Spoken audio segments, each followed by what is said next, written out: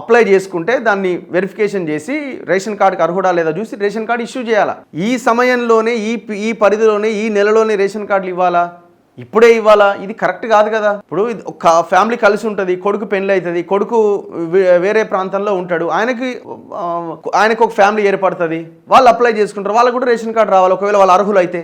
ఇది నిరంతరం జరిగే ప్రక్రియలాగా ఉండాలి. ఈ ఇచ్చే దాంట్లోనే ఇన్ని రోజులు పడుతున్నది, ఇంకెప్పుడు ఇస్తారు? ఇక మళ్ళీ మీరు ప్రతిదానికి రేషన్ కార్డే ప్రామాణికం చేసిరు. రుణమాఫీకి రేషన్ కార్డే, గ్యాస్కి రేషన్ కార్డే, పవర్కి రేషన్ కార్డే. ఇప్పుడు ఆ రేషన్ కార్డు వల్ల ఎంతమంది రుణమాఫీ కాకుండా పోయారు? మీరు అంటున్నారు మంచిదే 20,000 కోట్లు చేసినాం అంటున్నారు, ఎవరు చేయలేదు అంటున్నారు, వాస్తవమే మీరు చెప్పేది.